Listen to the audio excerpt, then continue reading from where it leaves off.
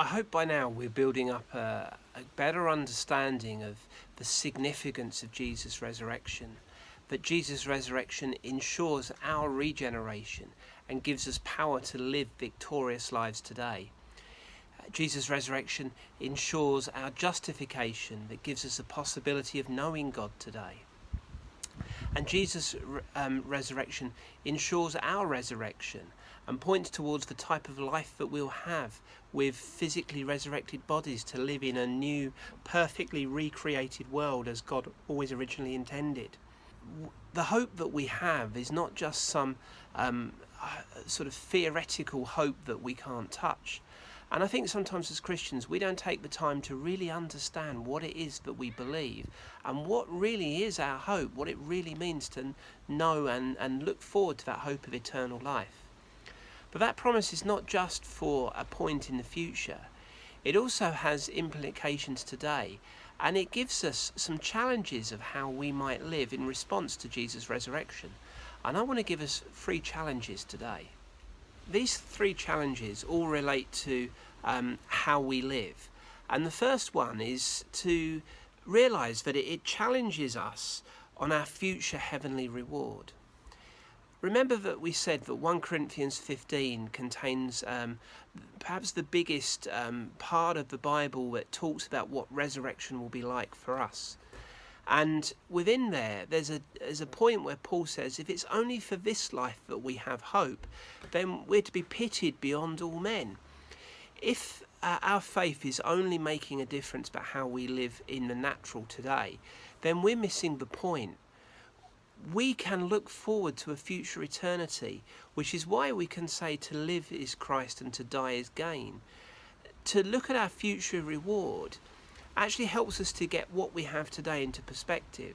And as good as what we might have today, and as much as we want to enjoy today, and God doesn't want us to miss out on enjoying life today, but whatever enjoyment we have today, it's but a foretaste of what's to come. It's barely scratching the surface of what's to come. So the first challenge that we have is to realise that our future is in heaven and we have a heavenly destination, and therefore we can keep what we have today, keep it in balance really against the promise of eternity. Do we really want to lose eternity for some short-term gains today? Because of that perspective, it gives us a second challenge, and that comes at the end of this tremendous sort of account in 1 Corinthians 15. You get to verse 58 where Paul's unpacked all of this amazing insight into what resurrection will look like for you and me, when he says that because of all of this, stand firm, let nothing move you. Always give yourself fully to the work of the Lord, because you know that your labour in the Lord is not in vain. The results of the resurrection are therefore, it's a challenge about how we live today. And the first one is a challenge for us to stand firm, to have confidence in what we believe. One of my desires from Bite-Sized Bible is to give you a clearer understanding of what the Bible teaches on things that sometimes we take for granted or we think that people will just assume. But actually, sometimes nobody ever actually tells us these things.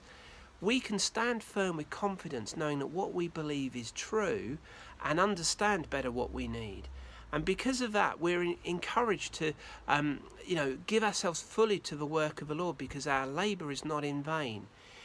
In other words, there's a response to what we know, not to keep it to ourselves or not to sit on it, but to actually take that message that we have an amazing God and nothing else in life really matters compared to the joy of knowing God and having an eternal destiny that's secure.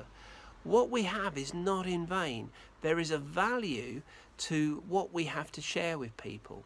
There's a motivation that comes to us to go out and share this, because what we have is worth sharing for eternity.